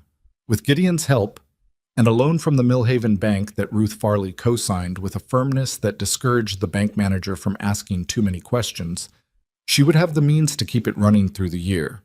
The children would live at the Hale Ranch, attending school in Millhaven, and Marion would have them every Sunday and any other day she could make the 8-mile trip. Dolly did not trust it. She made this clear on the first day she arrived at the ranch, standing in the front room with her 2 brothers already running toward the barn and Pearl on her hip, looking at Evelyn and Gideon with the expression of someone who had been disappointed by arrangements before. "If this doesn't work," she said, "you'll tell me straight. Not through someone else. Not through Mrs. Crane or the county. You'll tell us yourself." "Yes," Gideon said. "And Pearl—" Dolly's voice tightened around her sister's name. "She doesn't talk. She understands everything. She just doesn't talk. You don't make her feel bad about it." "We won't," Evelyn said. Dolly looked at her with the specific skepticism of a 12-year-old who had been running a household under grief and knew more about how things fell apart than most adults gave her credit for. "All right," she said, in a tone that meant, "I'll be watching." The house changed. There was no gentle way to say it, and no way to fully prepare for it. 5 children in a ranch house that had been built for one man was a different kind of life than anything Evelyn had managed before. The twins were a force of nature, not malicious, just in constant motion, with a shared internal logic that seemed to operate outside the normal rules of cause and effect. They broke a window in the first week, not on purpose, with a rope. The same rope, Gideon noted. A different incident. Pearl slept in the room next to Nathan's. She had accepted the space with a solemnity that was difficult to read. She didn't resist anything, didn't cling to anything, just moved through the house with her dark eyes taking in everything and her mouth closed. Evelyn had been warned not to push, and she didn't push. She talked to Pearl the same way she talked to anyone else, without waiting for an answer, without making the silence feel like a problem. She showed her the kitchen garden and let her pull weeds. She gave her a small tin cup of her own for water. On the 4th day, Pearl reached up and took Evelyn's hand while they were walking from the garden to the house. She didn't say anything. She just held on. Evelyn held on back and kept walking and said nothing and felt something move through her chest that she had no name for and didn't need one. Nathan, for his part, had taken the arrival of the Aldridge children with a complicated mixture of territoriality and unexpected protectiveness. He had made it clear to the twins within the first 2 days that Arrow was his horse and the barn had rules, and he was the one who knew them. He had also, without being asked, shown Henry and George the correct way to approach a horse so it didn't startle, and spent an afternoon teaching them with a patience that he absolutely would have denied was patience if anyone had called it that. With Dolly, it was different. They were close in age and they recognized something in each other, that particular quality of children who have learned to manage things they shouldn't have had to manage, who have become competent at hard things too young. They didn't become friends immediately. They circled each other for the first week, wary and assessing, until one afternoon Evelyn heard them in the barn having a flat, serious conversation about whether Ira Cobb was as old as he looked or older, and decided they'd found their footing. The community's reaction to what was happening at the Hale Ranch was not uniform. There were people in Millhaven who admired it. Ruth Farley, several families who had known Gideon since he bought the place and respected what he'd built. The preacher's wife brought food twice, which Evelyn accepted without comment. 2 of the mothers from the school stopped her in town to say, carefully, that their children spoke well of Nathan. There were others who thought it was reckless. 5 children, 4 of them from a different family. A boy with a documented history of placement failures. The conversation at the feed store and the dry goods store and the post office moved in the way small-town conversation always moves. And Evelyn heard versions of it secondhand through Ruth and firsthand once, overhearing 2 women at the market who hadn't seen her come in. "She can't have her own," one of them said. Older woman, someone Evelyn knew by face but not name. "So she's collecting." The other made a non-committal sound. "It's not natural," the first one said. "And those Aldridge children have a mother. What's Marion thinking, letting someone else—" Evelyn walked around the end of the shelf and said, "Good morning." And the woman went the particular red of someone caught mid-sentence, and Evelyn took what she needed from the shelf and went to the counter and said nothing else. She told Gideon that evening. He was quiet for a moment. "Does it matter to you?" he asked. "What they think?" She thought about it honestly. "It used to matter more," she said. "I used to need people to understand what I was doing before I could do it. And now?" She thought of Pearl's hand in hers on the path from the garden. She thought of Nathan's drawing on the kitchen windowsill. She thought of Dolly telling them straight on day 1, "You'll tell us yourself." "Now I'm too busy," she said. Gideon made a sound that was almost a laugh. Fair enough. In August, something happened with Dolly that Evelyn hadn't expected. She found her in the spare room, the room that had been cleared out for Nathan before it became just one of several children's rooms, sitting on the floor with a small wooden box in her lap that she'd apparently taken from her canvas bag. She looked up when Evelyn appeared in the doorway with the alert expression of someone expecting to be in trouble. Evelyn sat down on the floor across from her. She didn't make it a thing. She just sat. After a moment, Dolly said, "It's my father's." She opened the box. Inside were small items: a watch fob, a button, a folded piece of paper, a dried flower of some kind that had gone brown. He kept things in it. I took it before they could put his things in storage. Good, Evelyn said. Dolly looked at her. I didn't ask if I could. You didn't need to ask. Those are yours. She turned the watch fob over in her fingers. I keep thinking I'm going to forget what he sounded like. His voice. She said it flatly, the way people say things that hurt when they've decided not to cry about them. Mama says she'll forget too eventually. She says that's normal. Evelyn sat with that for a moment. There's a photograph in my bureau, she said, of a grave marker. My daughter's. She lived 2 days. She watched Dolly absorb this. I've never once forgotten what her face looked like. 2 days, and I've never forgotten. Dolly looked at her carefully. How do you keep it? I talk about her, Evelyn said. I tell people her name. Every child in this house knows her name. She paused. It's how you keep someone. You keep saying them out loud. Dolly looked at the watch fob. His name was Carl, she said. Carl Robert Aldridge. He smelled like hay and coffee, and he couldn't carry a tune to save his life, but he sang anyway every morning. She said it like she was putting it somewhere safe. He was the funniest person I ever knew. Nobody here knows that about him. I do now, Evelyn said. Dolly looked up. Something in her face, 12 years old and holding too much, trying not to let anyone see the weight of it, shifted just slightly. Okay, she said. They sat on the floor of the spare room for another 10 minutes, not talking much, the August heat pressing against the window. And it was one of those moments that doesn't announce itself as important, but is, the kind you only recognize later, looking back. Gideon wrote to Mrs. Crane in September. He told her how things stood: 5 children, a working ranch, a lot of noise and a lot of work, and a boy who was starting to leave his door open at night rather than closed, which was not a thing either of them commented on, but which both of them noticed. He asked if there were others. Not immediately. They needed to find the new rhythm first, to let the house adjust. But eventually. Others who had been waiting. Crane's reply came 3 weeks later. It was shorter than her previous letters, just 2 paragraphs, but the last line of it was one that Evelyn read twice and then set on the kitchen windowsill next to Nathan's drawing of the ranch. In 20 years of this work, I have placed hundreds of children. Most placements I consider adequate. A few I consider good. What you are building is something I don't have a category for. I will keep your name at the top of my list. Gideon read it when he came in for lunch, standing at the window. He read it once, set it down, and went back to his soup. Evelyn watched him. Well, she said. She's right, he said. We need a bigger table. She looked at the kitchen table, which was already crowded at mealtimes, the twins on one bench and Nathan and Dolly on the other, and Pearl in the chair Ira had started vacating for her without being asked, taking himself to the end like he'd always sat there. I'll measure, she said. Look, Ira Cobb got sick in October.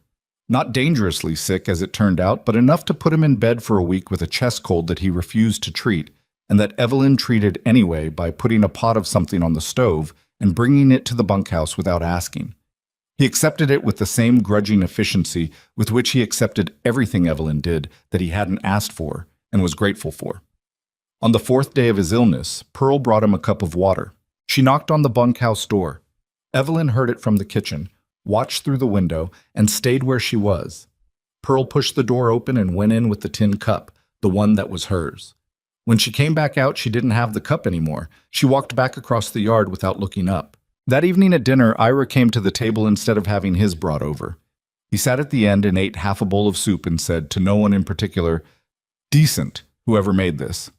Nathan said, "Evelyn made it?" Ira nodded, satisfied. Pearl, who was sitting next to Ira, reached over and patted his hand once, one deliberate pat, like she was confirming something. Then she went back to her dinner. Ira looked at his hand. He looked at the bowl. He picked up his spoon and kept eating and said nothing because Ira Cobb was not a man given to speeches, and sometimes that was exactly what was called for. That night, after the children were in their rooms and the house had gone quiet, Gideon sat at the kitchen table and said, without looking up from the ledger he was working through, "She's going to talk." "I know," Evelyn said. Not yet. But she is." "I know," she said again. She did know. She had known it since the day on the garden path, since the tin cup, since the deliberate hand pat on Ira's rough knuckles. Pearl Aldridge was not absent. She was present in a way most adults weren't, watching, absorbing, deciding, and doing it all on her own timeline, which was the only timeline that mattered. You couldn't rush a child finding her way back to her own voice. You could only make sure the house was worth speaking in. Evelyn thought the house was getting there. She looked at Nathan's drawing on the windowsill. 3 figures, a barn, a horse, the ranch in careful handwriting, and thought about how it would need to be redrawn now, with more figures, a bigger table, a bunkhouse, where an old man slept with a borrowed tin cup on the floor beside the bed. Bigger than Nathan had drawn it. Bigger than she had imagined, back in October when she'd stood at an Ohio window and read a careful letter from a man she didn't know. She refilled her coffee and sat at the table in the October dark, the house full and quiet around her, and let the size of it in. Pearl spoke for the first time on a Tuesday morning in November, 6 weeks after the October night Gideon had said she would. It was not a dramatic moment. There was no build-up to it, no visible gathering of courage that anyone could see. She was sitting at the kitchen table with a piece of bread and a cup of warm milk, and Evelyn was at the stove with her back to the room, and Pearl said, in a voice that was small and a little rusty from disuse, "The bread is good." Evelyn went still at the stove. She did not spin around. She did not make a sound of surprise or rush over. She stood there for exactly 3 seconds, and then she said, in the same tone she used every morning, "Thank you. I put a little more butter in it today." Pearl considered this. "That's why," she said. "Probably," Evelyn said.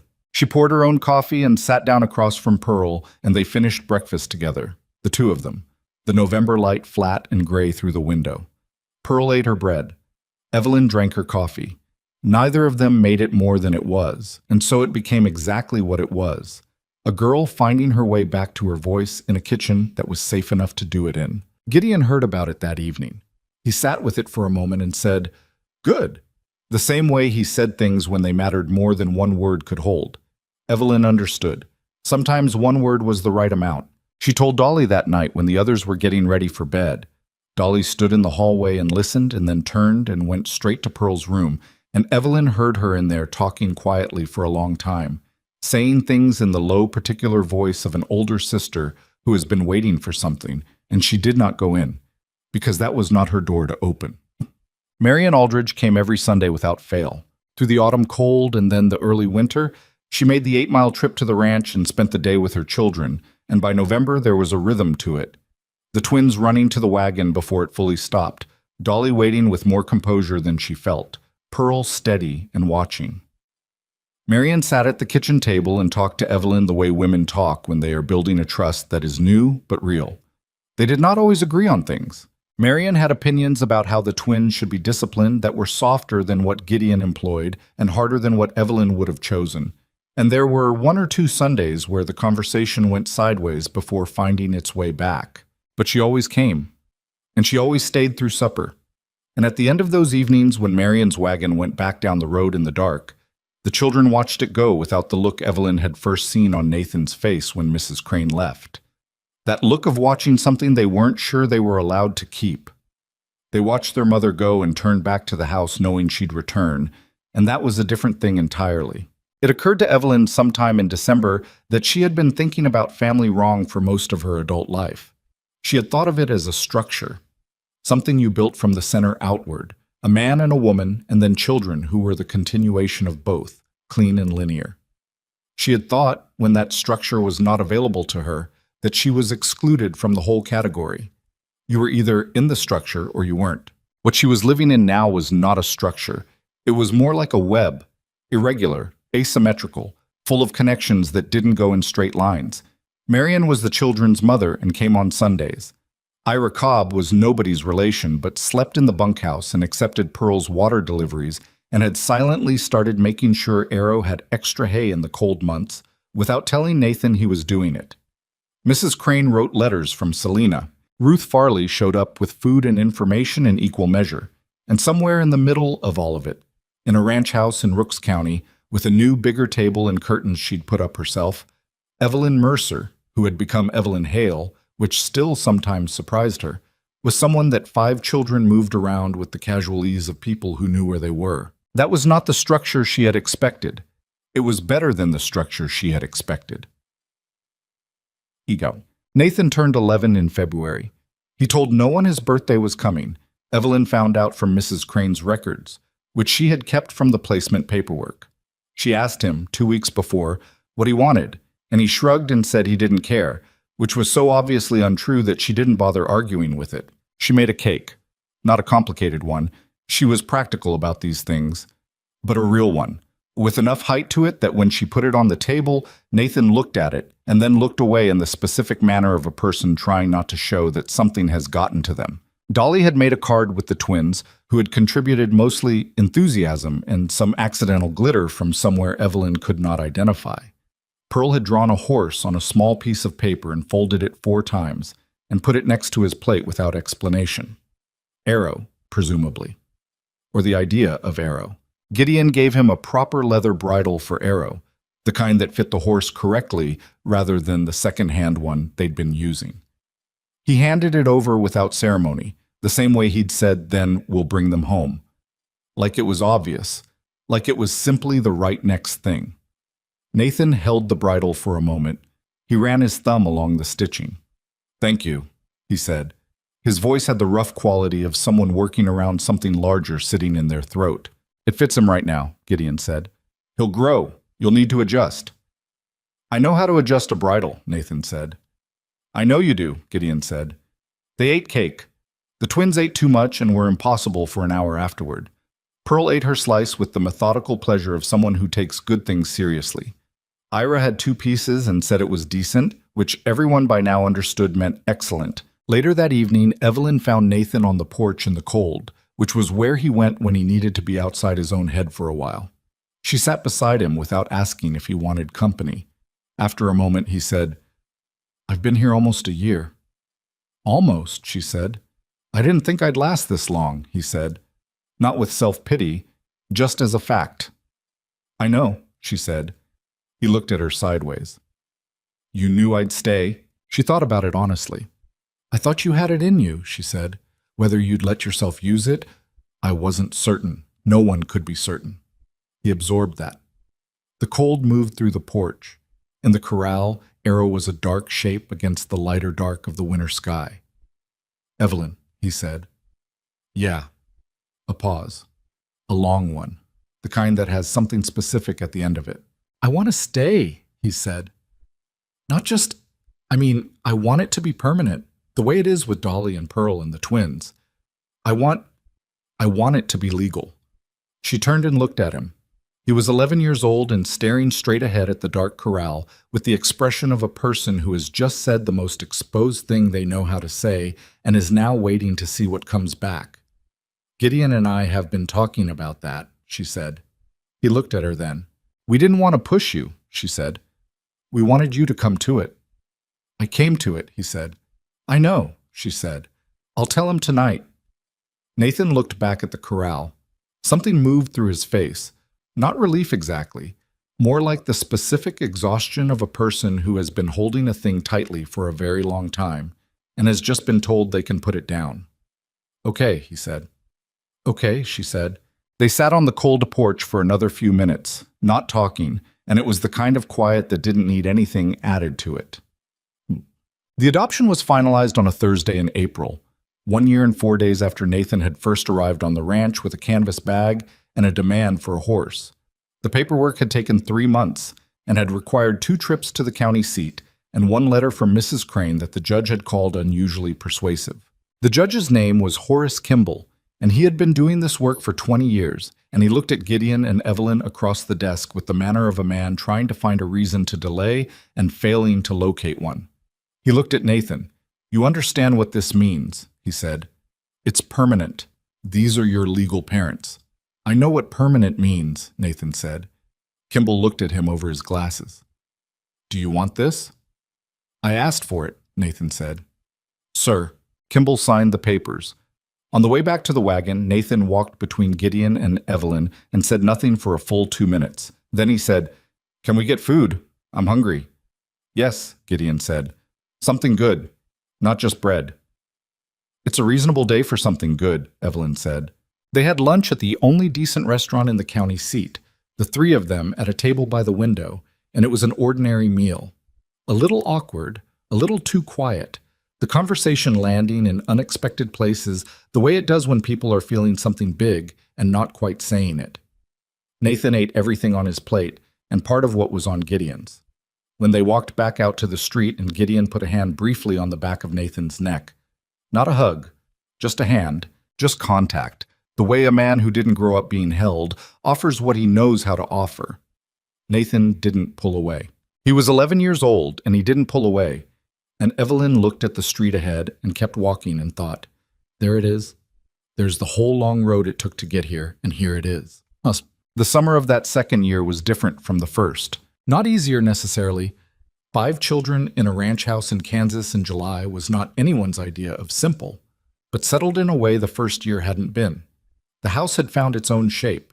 The twins had learned which fence rails they could sit on and which they couldn't, and had stopped breaking things with rope approximately 70% of the time. Dolly had started helping Evelyn in ways that were genuine rather than performed. The careful competence of a 12-year-old who was slowly learning that capability and childhood were not mutually exclusive. Pearl talked now, not constantly.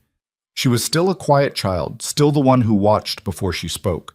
But she talked, and what she said tended to be precise and occasionally startling. She told Ira once, with complete sincerity, that his hat was ugly and he should get a new one.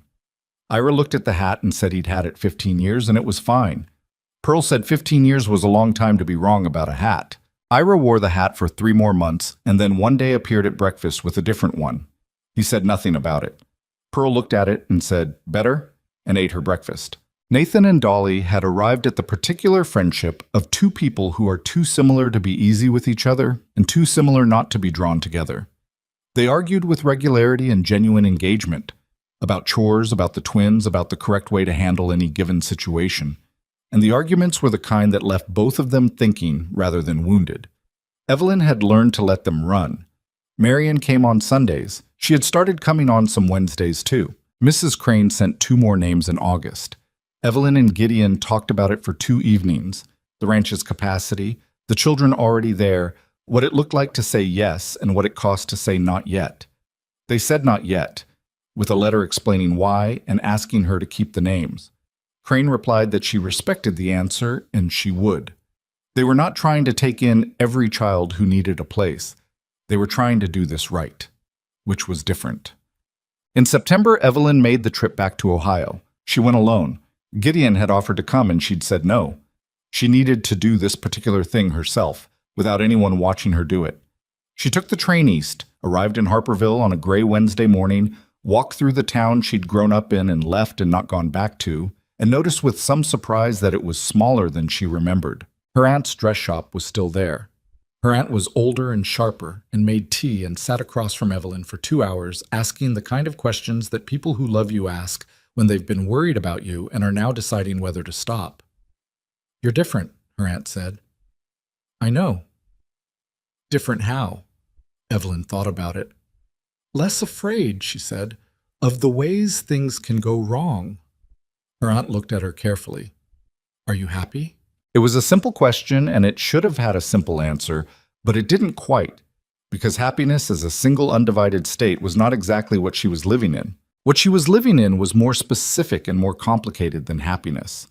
It was a life with weight and noise and difficulty, and children who took things, and children who didn't speak, and a husband who showed love by fixing hinges and adjusting bridles, and who still sometimes went quiet in a way she had learned to read but would never fully enter, and an old man in the bunkhouse, and a mother who came on Sundays and Wednesdays, and a ranch with too much sky and not enough curtains, and a kitchen table that was already too small again.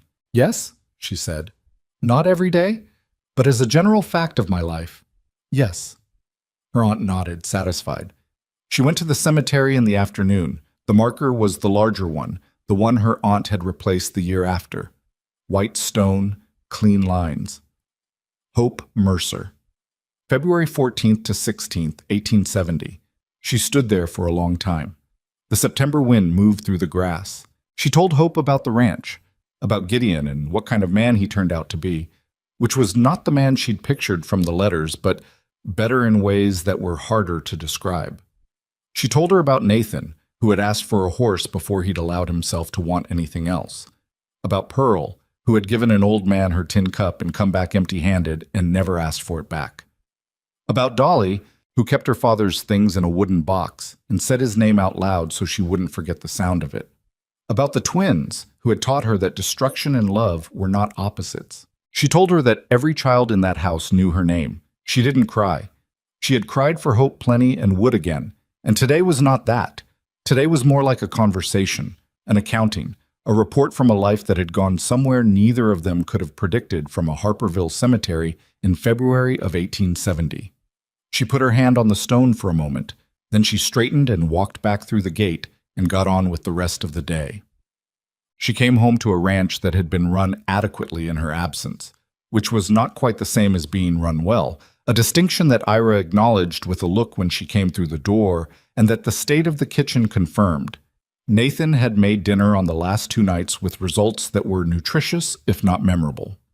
Gideon had apparently attempted bread once and not attempted it again. She stood in the kitchen doorway and looked at the state of things. The stove that needed cleaning, the table with its 5 mismatched chairs and the twins' homework spread across one end, and Pearl's careful drawings lined up along the windowsill, and Nathan's bridle hanging on the hook by the back door where tack did not belong. And she thought, this is it. This is the whole of it. Not a picture of a family. A family. With its mess and its noise and its incomplete dinner and its old man in the bunkhouse and its horse with a wrong name and a boy who'd been waited for and a girl who'd found her voice and all the rest of it, tangled and alive and ongoing and hers. Gideon came in from outside and looked at her standing in the doorway. How was it? He asked. Good, she said. Hard. Good. He looked at her, the way he looked at things he was glad to have back. He didn't say it. He didn't need to. Kitchen needs work, she said. I know, he said. Glad you're back. I can see that, she said, looking at the stove. He almost smiled. I meant the other part. I know, she said. Me too. She took off her coat and started on the kitchen, and from down the hall came the noise of children, Nathan's voice, then Dolly's, the particular percussion of the twins, and then Pearl saying something precise and probably devastating about someone's homework. And the sound came into the kitchen and filled it up the way sound does when there's enough space for it and enough people making it. And Evelyn stood at the stove and let it land on her the way good things do when you've stopped bracing against them. She had come to Kansas expecting to be rejected. She had come here carrying the heaviest sentence she knew, certain that saying it would end everything. Instead, it had begun everything. Everything she had not known to want, because she had been too busy protecting herself from the loss of it to imagine the having of it. She did not think there was a lesson in that exactly. She thought it was more complicated than a lesson. She thought it was what happened when 2 people, each carrying wounds they'd kept too private for too long, chose to say the true thing to each other instead of the safe thing, and found that the other person was also, all along, carrying something that turned out to be an answer. The stove heated up. Outside the window, the September light went long and gold across the Kansas grass. Arrow was in the corral. Ira was in the bunkhouse. The children were down the hall, being the particular kind of loud that is the sound of people comfortable enough to make noise. Gideon sat at the table with his ledger, same as every evening, pencil in hand. This was the ranch. This was the life. Not what she had pictured, not clean or perfect or arrived at without difficulty, but full. Full in the specific way of a house where people are truly present, where the silences mean rest rather than distance, where the noise means belonging. She thought of Nathan's drawing on the windowsill. 3 figures. A barn. A horse. It needed to be redrawn. It had needed to be redrawn for some time. She thought maybe she'd ask him to do it. Maybe she'd ask all of them. Let each of them put something in it. Pearl's horse, the twins' rope catastrophe, Dolly's careful handwriting, Ira's ugly hat in the corner somewhere. A drawing made of 7 people's hands. She thought Hope would have been right in the middle of all of it, loud and alive, and probably the one who broke the window with the rope. She thought, I know how to keep you. I keep saying your name. She kept saying it.